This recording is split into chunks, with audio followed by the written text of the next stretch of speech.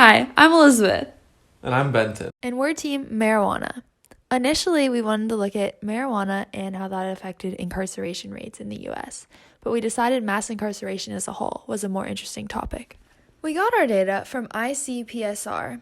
The data comes from a survey of over 24,000 inmates in 2016. There are almost 2,000 encoded columns, which are discussed in depth in this PDF document in over 800 pages. We started by narrowing this down to around 30 columns that we thought would be useful for our project.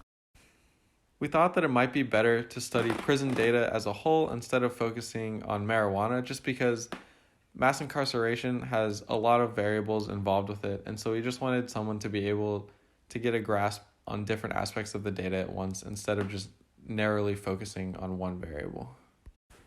So here's the website when you load it up. It basically has a title, and then there's these boxes that provide some context to the visualization as you scroll. And then eventually the visualization that we have pops up. And basically what this visualization does is it kind of reflects the various demographics of the US prison population. So in this case, each icon represents around 158,000 prisoners. And then they basically, as you scroll, they will then move to kind of line up and give you more of like a graphical view of the sizes of each subsection of the population. So that continues for various statistics. We haven't decided exactly which statistics we want to highlight yet, but it's pretty good for the minimum product to kind of just get an idea. So this is talking about prisoners in Louisiana, and it's a similar thing. And there's a tooltip here, and we'd like to add the percentage of the overall population to the tooltip, because right now it just kind of relabels the data, but that's something we'll do for the final. It kind of continues on, and there's some more demographics that you can see. It also talks about other crimes that there are.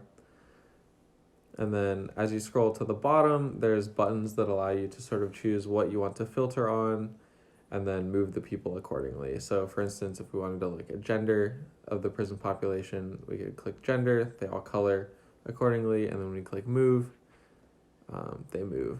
So one design decision we made was how to represent 25,000 prisoners with only 2048 people. To do this, we needed to scale the data.